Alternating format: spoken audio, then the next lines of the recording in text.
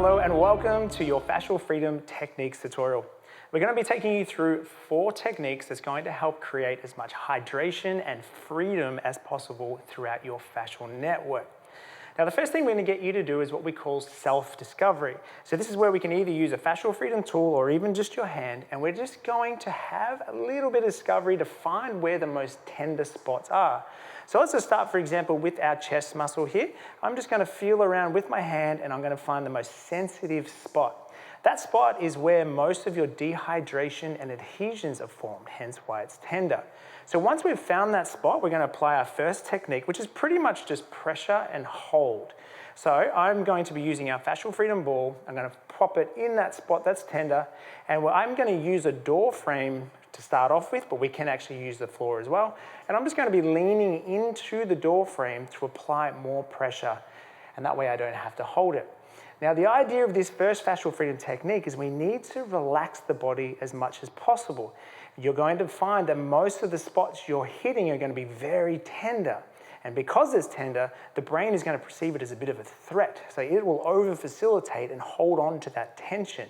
So our goal is to calm breathe through the nose to allow the brain and the nervous system just to relax, to then create the hydration through that area. So that is the first goal. We set a timer for 2 to 3 minutes. Everyone's different. Sometimes you may need a little bit more, and just calm breathe while we're just holding direct pressure onto that spot.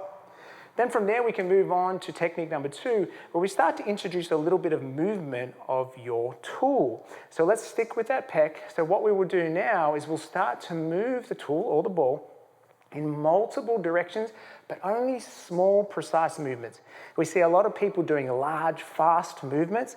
All that's really doing is just probably creating a little bit of hydration superficially, but we want to try and get deep. Most of our postural deformities and dysfunctions are all deep down. So the more we can break through the layers of tissues and create as much hydration deep down, the better we're going to move and create those changes.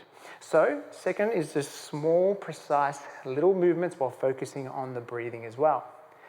Then the third is what we call shearing. It's simply we're trying to shear the skin. We're trying to create movement of the skin to allow the fibers to glide over each other to try and get as much hydration as we can in there.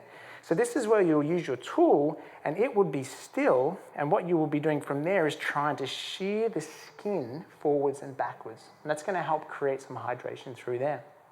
And then that moves us on to the final technique, probably the most effective technique. We call it the active fascial freedom.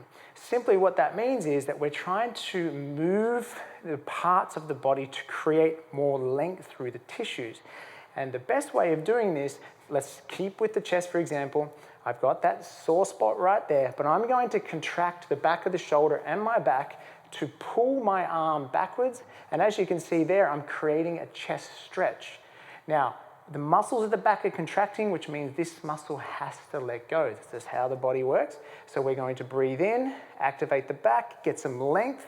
The ball is in there, trying to get through all those adhesions, and then we relax back down again. Another example of this is where we're doing our hamstring fascial freedom active release, where we're sitting on top of our tool, and then we're trying to create an extension of the knee by contracting the thigh muscle, which is therefore going to lengthen the hamstring. So the active techniques are very, very effective. All of them are effective, so work your way through each one to get the most out of it.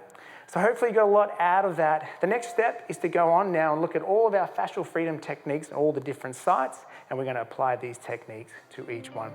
So we're looking forward to seeing you then.